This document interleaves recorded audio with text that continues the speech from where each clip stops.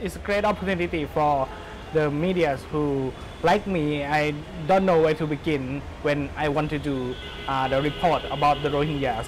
I don't know where to begin, but when I came here, I have I've met with many people who has a different experience and perspective on the Rohingya issues, and it like completes my perspective, my view as well about the Rohingyas. From now on, going forward, I think we're going to be able to do a lot of very interesting stories on the plight of the Rohingyas and how to hopefully change policies so that governments take better care of these very, very vulnerable people. We were able to focus on the forums and the discussions without having to worry about transport and accommodation because everything was taken care of very smoothly.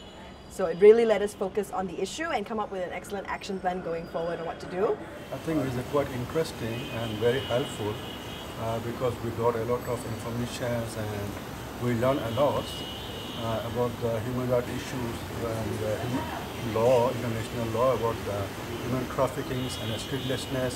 এটা একটি আন্তর্জাতিক workshop human rights এবং রোহিঙ্গা ইস্যুতে, এবং এটা আমাদের খুব কাজে লেগেছে হচ্ছে এই কারণে যে রোহিঙ্গারা সাধারণত যে দেশগুলোতে ইফেক্টিভ মুডে আছে, বাংলাদেশ, থাইল্যান্ড, মালয়েশিয়া এবং খোদ মায়ানমারের, এদের এক্সপিরিয়েন্সগুলো আমরা জানতে পেরেছি এবং ওইখানকার পরিস্থিতি আমরা বুঝতে পেরেছি।